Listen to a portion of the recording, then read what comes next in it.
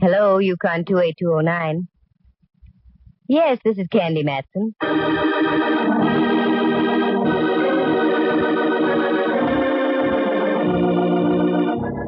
The National Broadcasting Company presents Candy Matson, Yukon 28209.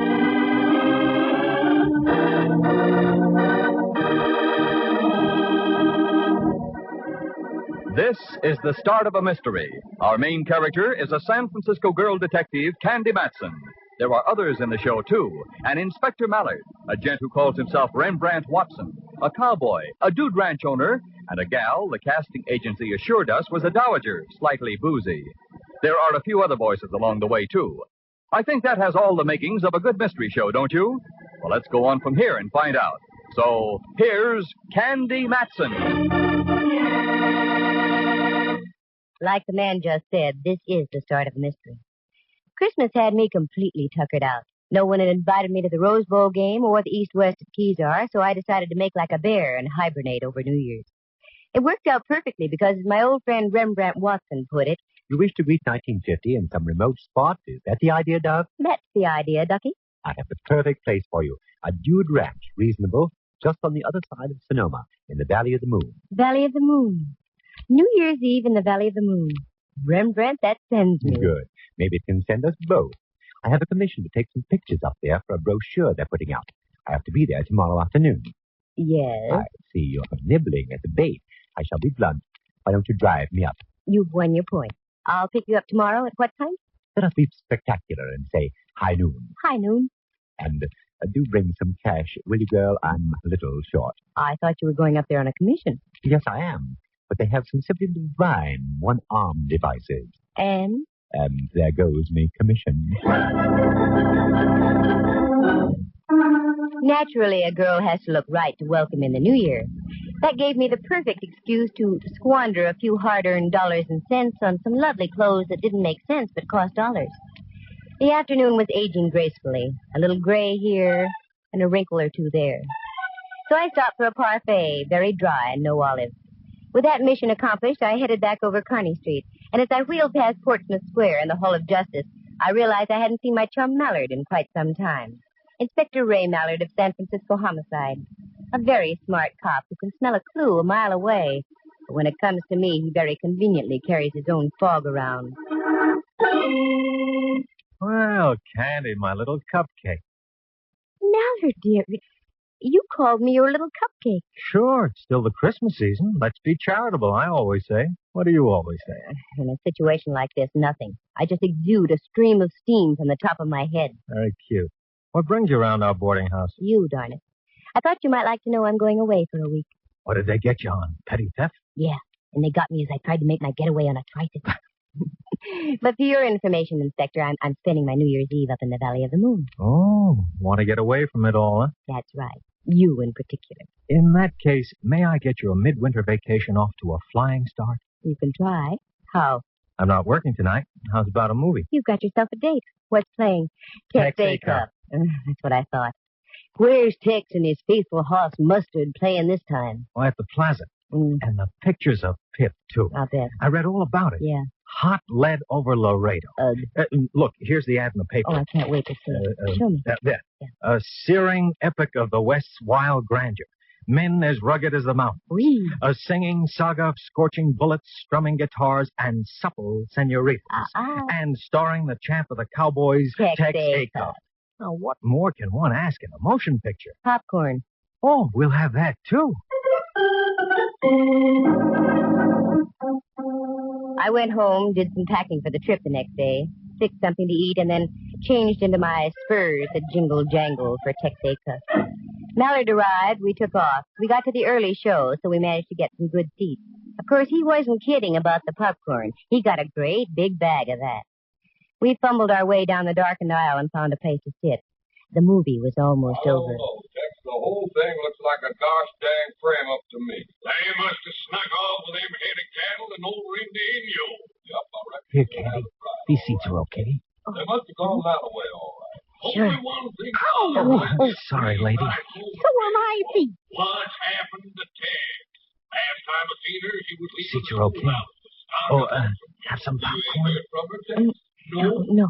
I wonder where the sheriff is. He said he was going to be riding by directly. What? I said sure is good popcorn. Oh. Sure you don't want some? What? I said, are you sure you don't want some popcorn? I keep saying no. No, thank you. I don't want any popcorn, Mallard, dear. If you'll pardon me, I'm going home and catch this on television. Like singing, not with Tess missing this way. I understand your feeling all about it.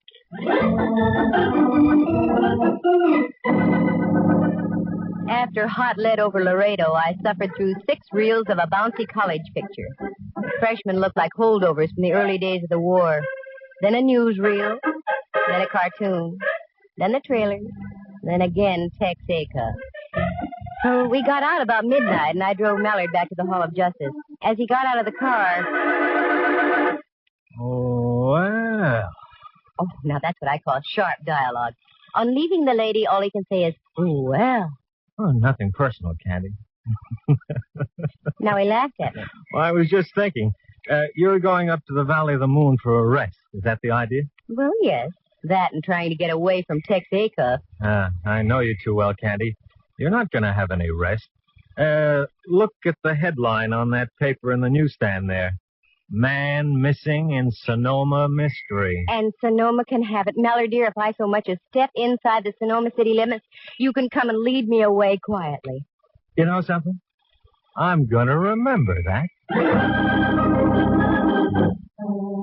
Mallard waved goodbye and went inside. I didn't like the way he said that. But I had other things to think about, such as getting home and getting some sleep. So I did. And in the morning, I drove over to California Street, picked up Rembrandt. We headed out across the Golden Gate Bridge up toward Sonoma. The Valley of the Moon wasn't too far, a couple of hours of leisurely driving with time out for readjustment. And you're there. Then another 8 miles north and east, and there was the Dude Ranch.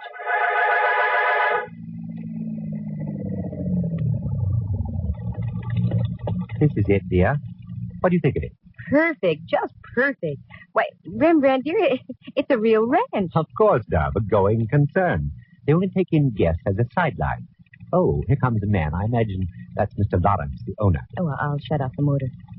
Good morning. How do you do, sir? Would you be Mr. Lawrence, perchance? Yes, and you? Watson, Rembrandt Watson. I'm here to take some pictures for you as we discussed via the Bell system. Oh, yes, Watson. Right on time. That's good. Oh, Candy, may I present Mr. Lawrence, owner of the Double L, Miss Matson. How do you do? Miss Matson was wondering if she could get accommodations for about a week, Mr. Lawrence. What? Now, wait a minute, Watson. I'm paying you a substantial fee for this job, and I won't get stuck with non-paying guests. Oh, I think you're laboring under a misapprehension. Hold it, Rembrandt. Look, Mr. Lawrence, I'm here as a commercial guest. I'm not asking for any favors. And I doubt if I'd stay here now if you got down on your bended knuckles. Oh, now, wait a second. I didn't mean it just that way. I apologize. It's only that, well, I've had some tough luck with people lately who seem to be only too intent on beating me out of their bills. Please, Miss Matson, excuse me. I just jumped to conclusions, that's all. I think you set a new record for the jump. Oh, forget it, Dove. Do. Okay, I'm sorry. Do you have room for me, Mr. Lawrence? Why, yes, of course. A delightful cabin just in back of the ranch house. Not being prepared, it'll take about an hour to get it in shape. Will that be all right? Yes, sure. We can eat in the meantime. Fine. I'll get one of the boys to fetch your luggage. Oh, you can park over there under the old stables. Oh, no garage? Well, again, I have to apologize, Miss Matson. The garage is overloaded now. We have a sheriff's posse up here. The owner of the ranch next to mine disappeared yesterday afternoon. The sheriff is searching the entire vicinity around here. Dove, are you all right? Well, speak to me, girl. What is it?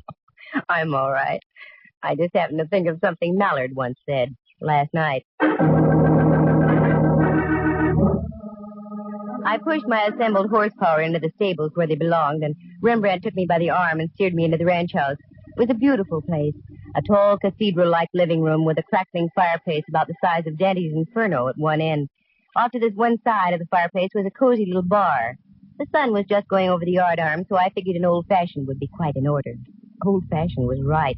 Behind the bar was the personification of an old-fashioned cowboy. Real chaps, a leathery face, and little squint wrinkles around his eyes. Well, howdy, Tex.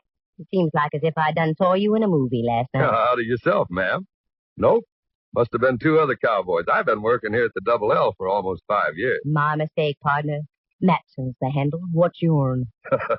Is that the way cowboys talk, ma'am? Yeah, Hollywood and Vine variety. I'm glad to know you. Call me Jeff, Miss Matson. Check. This is Rembrandt Watson. Rembrandt? Jeff. Are those shoulders sewn in, or are they real? I'm afraid they're real. Hiya, Mr. Watson. You riding herd on all those bottles back there, Jeff? Yep, for better or worse. Chang, our regular bartender, took powder on us day before yesterday. Uh-oh. Seems like he picked a bad time to do a run-out. Oh, you mean the missing jet from Glen Valley? Glen Valley? Yeah, that's the ranch next to ours. Yeah, I understand the police are on the lookout for Chang, but he didn't do it. He's a good, honest Chinese boy. Even so, it's a bad time to disappear. Oh, I admit it doesn't sound good. Well, if you folks won't mind the efforts of an amateur dispenser, what can I do for you? An old-fashioned for me, Jeff. Well, that I can try. From now on, it gets easier. Rembrandt only wants the Coke. Well, I can show you. Fix that all right. Uh-oh. What's wrong? Here comes the Duchess. The Duchess? Yeah, one of our guests. She's been out here about 2 weeks, and she can go through distilled spirits faster than a buzzsaw through mushy pine. And I hope you're prepared to talk. Always, Jeff. Always. Hello, my dear.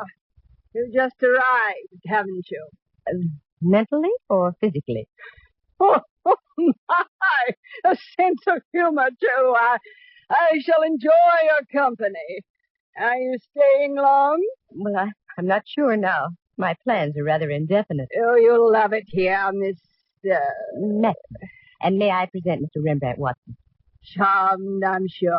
As of now, me life has commenced. Oh, you delightful lad. Jeff, dear boy, make me just a little nip of the old favorite, will you? Sure. One painkiller coming up. Here's your old-fashioned, Miss Matson. Thanks. Mr. Watson, your coat. Thanks, sir. Young lady, you must be an actress. You look like one. Well, no, I'm not. I used to be an actress, a famous one. I toured all over the continent with the greatest of stars, the finest of plays.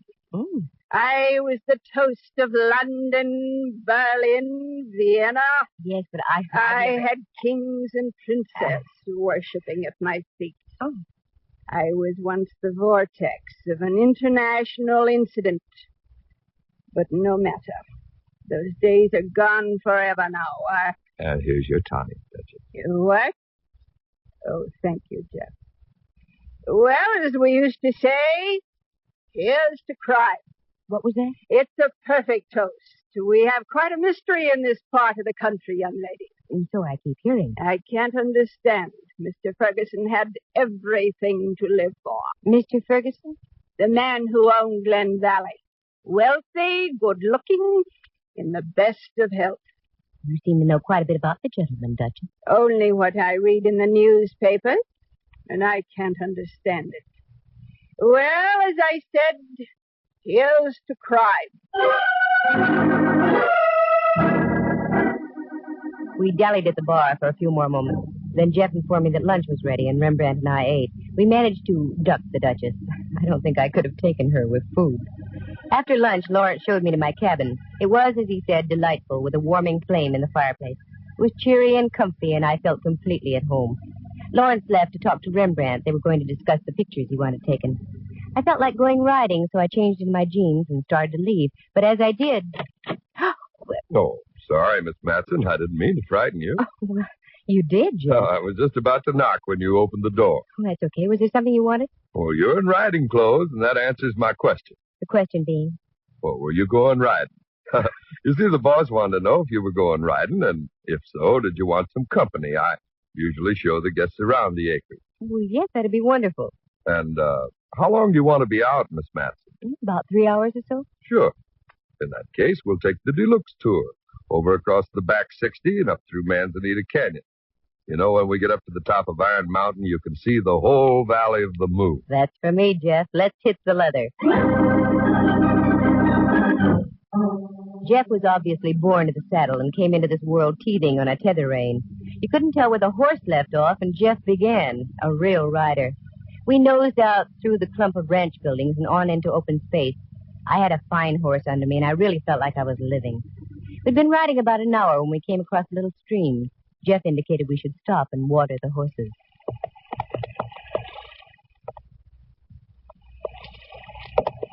How long have you been a cowboy, Jeff? Oh, about as long as I can remember. Round here? No, up around Montana. Then little by little, I gradually drifted further west.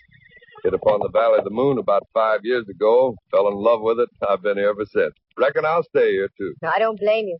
Excuse me if I seem to be full of questions, Jeff. Well, that's what I'm here for, ma'am. Good. Because I've got a couple more.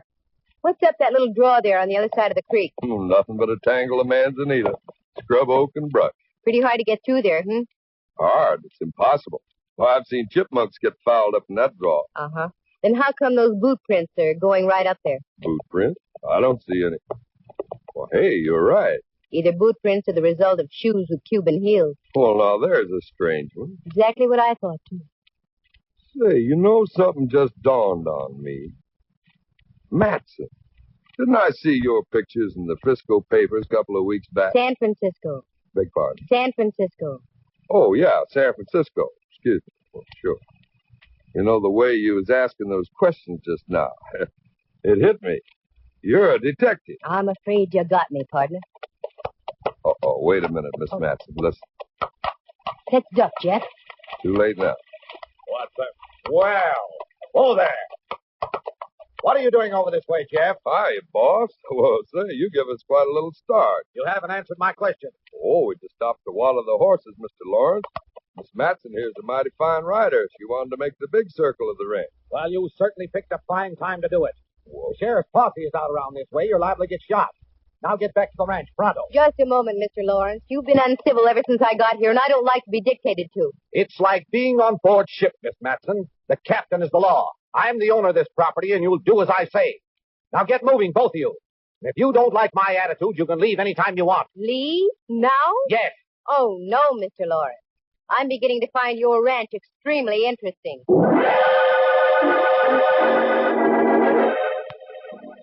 Jeff and I wheeled our horses about and sifted back to the ranch house. I looked back a couple of times, but there was no sign of Lawrence. I was mad, and Jeff must have sensed it because he was smart enough to keep his mouth closed. As I dismounted at the stables and headed for the house, he waved me a forlorn adios and disappeared. Just as I went through the door, I was greeted by Rembrandt. Oh, there you are, Dove. I was about to institute a searching party for you. Oh, I was safe enough until I gained the grips with a thing called my own temper. What have you been doing, Ducky? I've had a most delightful afternoon, Candy dear. I've been playing canasta with the Duchess. Canasta? Ooh, you don't know how to play canasta. I know that, and you know it, but I don't think the Duchess does.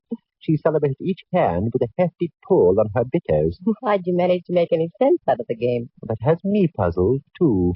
All I do is put down some cards, any cards, and she'd congratulate me. Maybe you've got a green thumb for the game.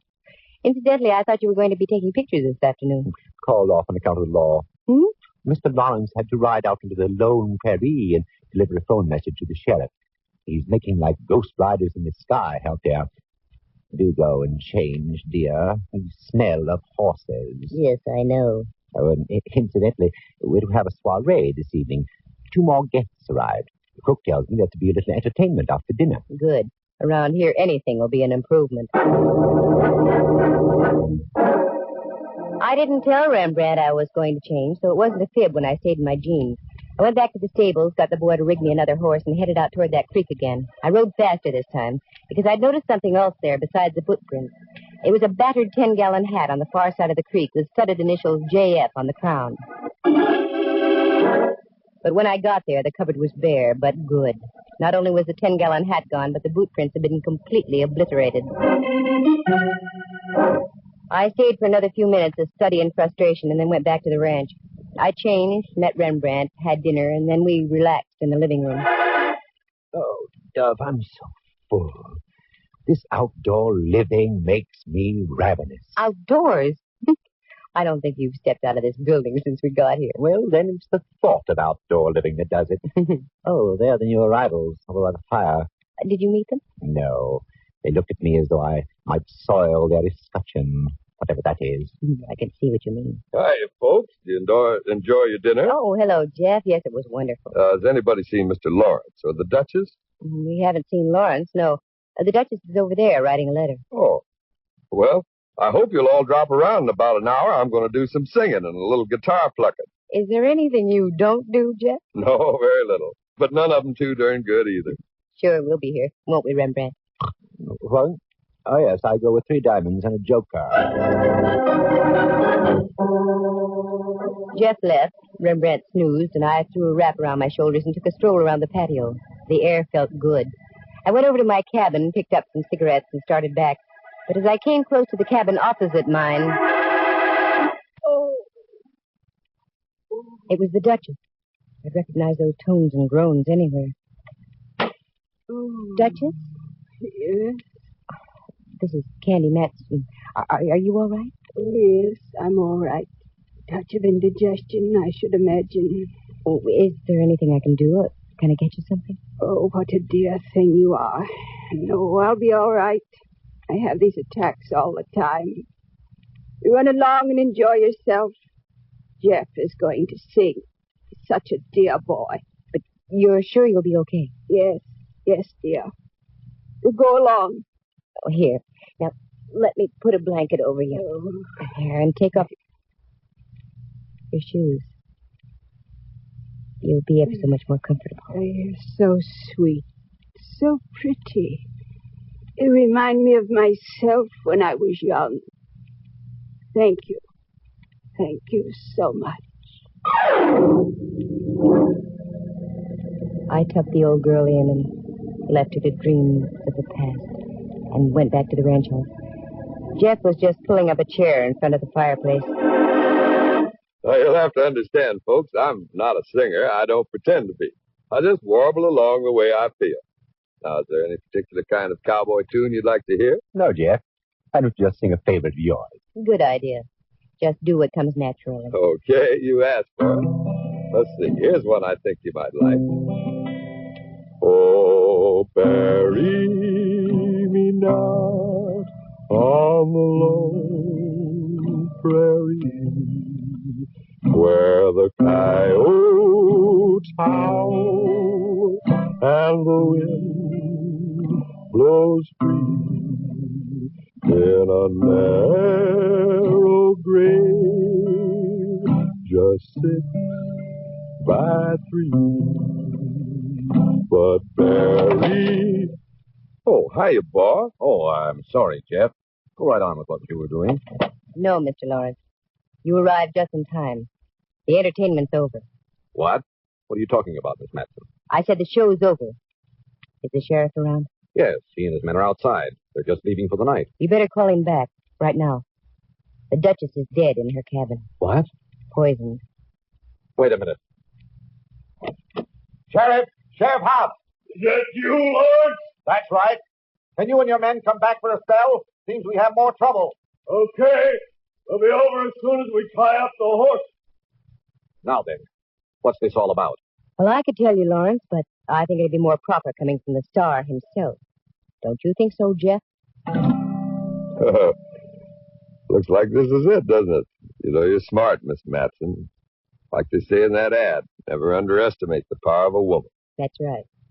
That letter the Duchess wrote proves your point. What? How'd you get hold of that letter? I thought she wrote a duplicate. Is that it? Like you say, never underestimate the power of a woman. Wait a moment. I don't understand what's going on here. Go ahead, Miss Matson. You tell me. Looks like I'm not the star any longer. Well, Lawrence, up to about 2 weeks ago, you had as nice and gentle a cowpoke working for you as there ever was. Then the Duchess arrived.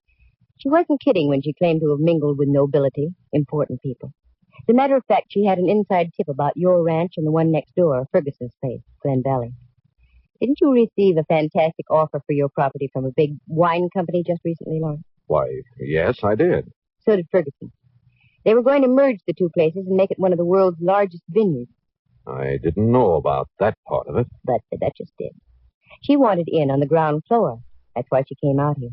She tried to talk business with Ferguson, but he'd have none of it. So, in one of her boozy moments, she hit upon the idea of doing away with Ferguson. But she didn't have the nerve to go through with it. That's when she approached Jeff here and cut him in on the deal. Jeff was tired of the poor but honest cowboy routine, saw a chance to make some heavy sugar, and went along with the gag. Right, Jeff? She's got it straight so far, boss. Jeff, I can't believe my ears. Oh, that's nothing. Just wait a while. Jeff and the Duchess were out riding one afternoon when, by chance, Ferguson rode up, too, just where the boundaries of the two ranches meet. While the Duchess talked to Ferguson, Jeff sneaked around and back and bashed in his head.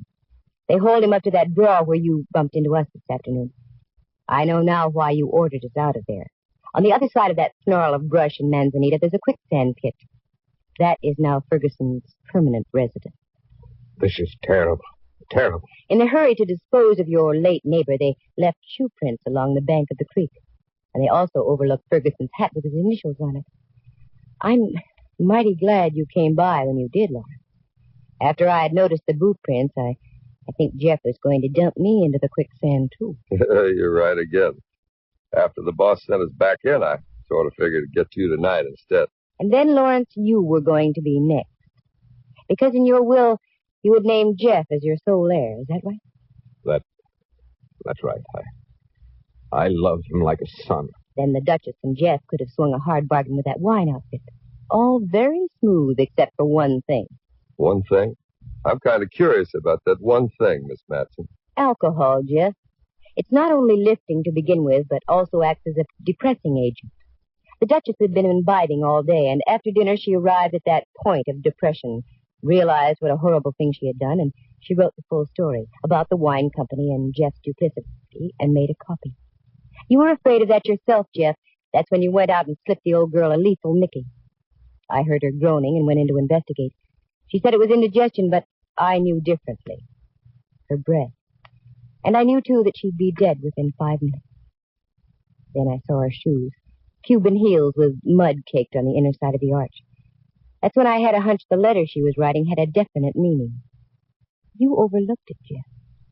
I found it. Where only a woman would think of looking. Tucked inside her bosom. I'm sorry, Lawrence. I had you figured wrong from the start. I was the one who was wrong. You aren't hard at all. You're soft as putty. Well, Jeff, here comes the sheriff. Yeah, so I see. Well, I'm ready for him. You can't beat a royal flush with a pair of deuces. Or should I say dunces? Go. There won't be any fuss. And all of a sudden it dawns on me. People should accept their lot. If you're born to be a cowboy, just stay a cowboy. And if you're born a millionaire, don't fight that either. Well, goodbye, Miss Matson. And I'm glad the boss happened along when he did, because I don't think quicksand would look good on me.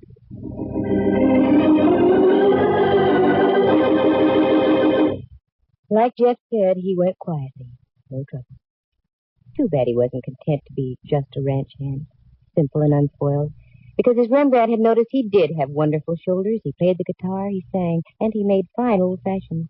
All in all, a very nice guy, except for 2 vices, hitting from the behind and poisoning. The Valley of the Moon? Oh, I'll go back. It's lovely. After all, one man with a snarled brain can't undo the work of the original master painter. Listen again next week at this same time. For excitement and adventure, just dial Candy Matson, Yukon 28209.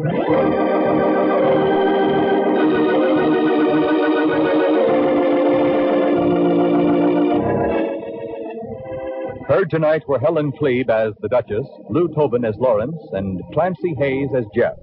Henry Leff is Inspector Mallard and Jack Thomas as Rembrandt. The program stars Natalie Masters as Candy and is written and produced by Monty Masters. Sound effects were created by Bill Brownell and Jay Rendon. Eloise Rowan is heard at the organ. The characters in tonight's story are entirely fictitious, and any resemblance to actual people is purely coincidental. The program came to you from San Francisco. Dudley Manlove speaking.